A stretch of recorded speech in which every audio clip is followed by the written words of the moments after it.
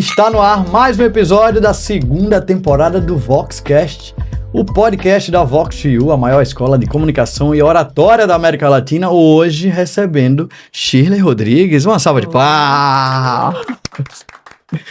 Shirley, que é assistente social, trabalha ali mais de 15 anos no maior e mais louco, digamos assim, hospital do Rio Grande do Norte. Como é que é essa experiência de trabalhar no Valfredo Gugel? E como que a comunicação, nos últimos, acho que 2 anos que você está ali na Vox já, juntando a Academy e a pós-graduação, como é que isso se conversou com a tua profissão? Falar do Valfredo é falar da fragilidade da vida, é falar das emoções. Quem chega lá está querendo acolhimento e a melhor forma de se dar o acolhimento é através de uma escuta ativa.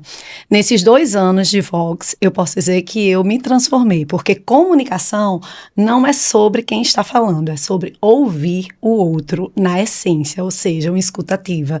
E isso transforma todo o ambiente, até no não que você precise dar ao outro, na hora que você diz com segurança, com escuta, ele entende aquele não que recebeu. E Shirley, quando a gente pensa ali em hospital, a gente pensa em notícias ruins, em fragilidades, em adoecimentos psicológicos, físicos, traumas, quando a gente fala do Valfredo Gugel. Como é que você lida com isso? E aí eu falo por experiência pessoal, às vezes a gente tá muito fragilizado quando chega no hospital, sei lá, quebrou um pé. E aí você vê as pessoas mais endurecidas porque...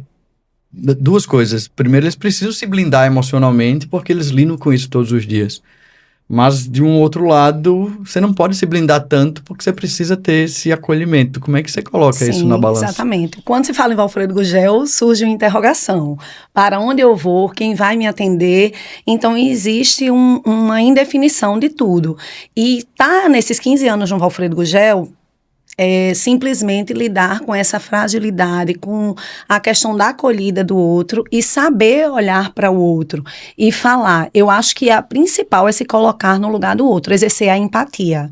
Na hora que você exerce a empatia e tenta se colocar no lugar do outro, você já abre um espaço para a construção de um vínculo e a partir dali o diálogo vai fluir tranquilamente e a gente vai conseguir solucionar a credibilidade. E paralelo a isso, tem uma outra vertente que você trabalha, que é justamente essa construção de uma vida diferente. Conta pra gente aí como são 15 anos de Valfredo, 7 deles é na gestão. Atualmente eu lidero uma equipe de 22 assistentes sociais. E exatamente, eu percebi nessa jornada que viver uma vida é viver uma vida com sabor. E viver uma vida com sabor é escolher estar presente. Na hora que eu escolho estar presente, eu tenho liberdade. Eu exerço a autoliderança, que vai me desenvolver autocontrole, autoconhecimento, e eu vou conseguir passar por todas as áreas da minha vida, seja pessoal, profissional, física, financeira, porque para a gente poder liderar e viver com presença, a gente precisa de um autoconhecimento. Esse é o caminho. Isso vale um corte e vale um brinde aqui, que a gente sempre brinda nas nossas aulas. Que isso, sensacional. E Shirley, como é que faz nesse dia a dia tão corrido, em que a gente vive numa sociedade muito performativa? Tudo é performance, até o hobby vira performance. Você não pode mais correr sem marcar o pace. Você não pode mais, não é? Não pode mais correr sem... Postou, pagou. Só pode ir pra academia se postar. Vai, cross, tem que postar. Os hobbies viraram performance, então a gente precisa estar performando. E parece que é errado na cabeça de muita gente o não fazer nada, o descansar, o ócio criativo. É visto com outros olhos. Às vezes, estar no momento presente sem estar no telefone, enlouquecido e tendo que responder todo mundo... é visto com estranheza por algumas pessoas. Como é que você vê essa sociedade tão performativa? A sociedade de hoje em dia, ela pede esse ritmo acelerado. Mas cada um de nós é capaz de viver uma vida e impor pausas conscientes. Então, eu escolho diariamente começar o meu dia fazendo algo por mim. E quando eu chego ali em Ponta Negra, 10 para as 5 da manhã, eu já tive um alongamento em casa, eu já tive meu momento espiritual. Então, isso é uma decisão que a gente só consegue chegar até ela quando a gente para pensar. Porque todo mundo aqui tem um celular, não tem? E a gente não precisa carregar? A mesma coisa é cada um de nós. A gente precisa ter pausas estratégicas, que seja uma leitura de um livro, que seja um chá, que seja uma caminhada, o seu momento consigo mesmo, da melhor forma. Não adianta abrir uma rede social e olhar para a vida espetacular do outro e querer copiar, porque às vezes aquilo que eu vejo lá não é a minha essência. Minha gente, ela tá carregada nos cortes aqui, sensacional. Como é que eu faço para parar? Imagine ali que você tá o tempo todo nessa performance, tendo que trabalhar e cuidar de casa, de filho, de empresa, sobretudo falando das mulheres brasileiras, essa sobrecarga que é ainda maior, é o trabalho triplicado da mulher. Como é que você, enquanto mulher, vê essa possibilidade? Quem está assistindo a gente em casa dizendo, Shirley, me conte, pelo amor de Deus, o que é que eu faço para pensar em mim, para conseguir me dar esse presente, esse tempo para mim? Pausar não é fácil. Dizer não é mais difícil ainda.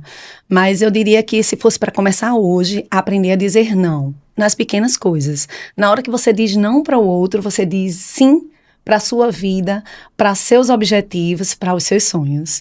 E aí a pausa, ela precisa ser estratégica. Muitas vezes a gente fica correndo atrás e achando que tem que dar respostas imediatas.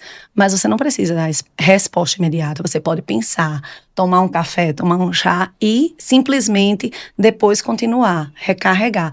Então comece com um não, exercite o não. Potente, potente.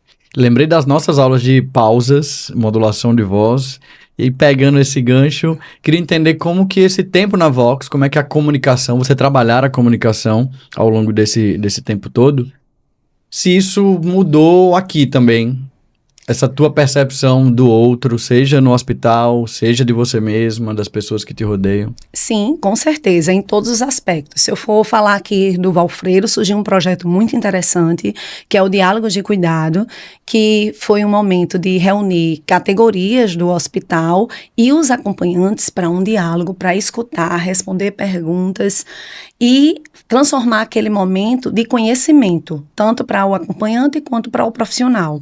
E se eu for falar na minha vida pessoal, eu posso dizer que eu passei a escutar muito mais os meus filhos, porque a nossa geração era aquela que dizia, a criança não se intromete em conversa de adulto. Eu cresci dessa forma e com os meus filhos é ao contrário. Eu sempre estou buscando ouvir porque eles sempre têm algo a me ensinar. Muito legal, muito potente, de verdade.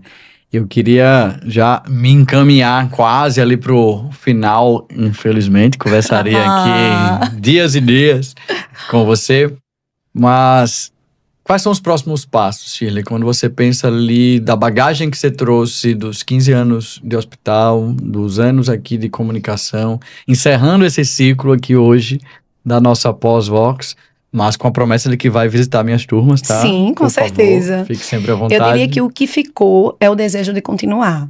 E eu descobri que na Vox, cada um pode ter o seu próprio palco. Simplesmente é usar as minhas redes sociais para atingir o coração do outro, para inspirar e para transformar esse mundo. Porque eu acredito que cada um de nós é capaz de fazer a diferença quando o desejo vem de dentro. Mas antes de acabar, você falou em palco, me lembrei de uma história que tem a ver com o Teatro Riachuelo, o palco do Teatro Riachuelo, já sabe, né? Que história foi essa que você quase foi pro palco e nem era o seu dia de apresentar nada? Exatamente, eu cheguei no Teatro Riachuelo, a pessoa disse, venha comigo, que eu vou lhe conduzir. E eu fui. Você fez o quê? Ela me levou para um camarote, com espumante, com buffet, me botou numa posição privilegiada. Na plateia ou backstage? Não, backstage. No aí backstage. Chegou, fez, olha, você está preparada para foto, para subir no palco? Eu olhei assim, eu acho que você está me confundindo com alguém. Já tomou umas 3 taças, não é boba nem nada. Aí eu disse, olha, eu não faço parte de foto. Ela fez, tá, então pode ficar aqui conosco.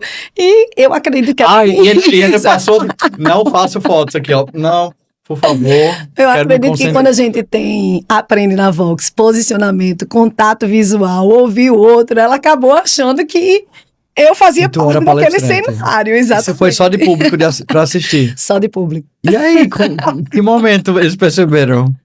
Não, só percebeu quando eu falei que não era. Aí você foi de volta. Aí eu, tchau. Terminou aqui, né? Muito bem, muito bem. Sensacional, minha amiga. Muito obrigado pelo papo divertido, pelas várias frases de aprendizado. Tenho certeza que todo mundo sai daqui desse episódio hoje pensando: o que é que eu vou dizer não essa semana? Para o que eu vou dizer não? Exatamente. E é muito sobre dizer não para o outro, é dizer sim para você. Exatamente. Não deixe que a urgência, eu gosto disso, né? Não deixe que a urgência do outro afete a sua agenda. Exatamente. A gente citou aqui Vanessa Magalhães, minha amiga querida, e ela fala todo dia no Instagram: se coloque na tua agenda. Exatamente. Você tem tempo para tudo. Às vezes você para um café para ajudar alguém. É o cunhado, é o irmão, é a vizinha. E você? Isso é muito real. A gente precisa... Cuide de você primeiro para poder cuidar do outro. É que nem a máscara do de avião. Oxigênio. Primeiro você tem que botar em você para poder socorrer o outro. Mas, de fato, a gente precisa aprender a se colocar na própria agenda, porque só assim você vai ter um tempo realmente, de fato, dedicado a você mesma. Sensacional. Muito obrigado, viu, pela sua presença aqui. Tá terminando mais um episódio do nosso Voxcast. E você, lembre-se, quando a voz encontra a alma, ninguém esquece. A gente se vê no próximo episódio.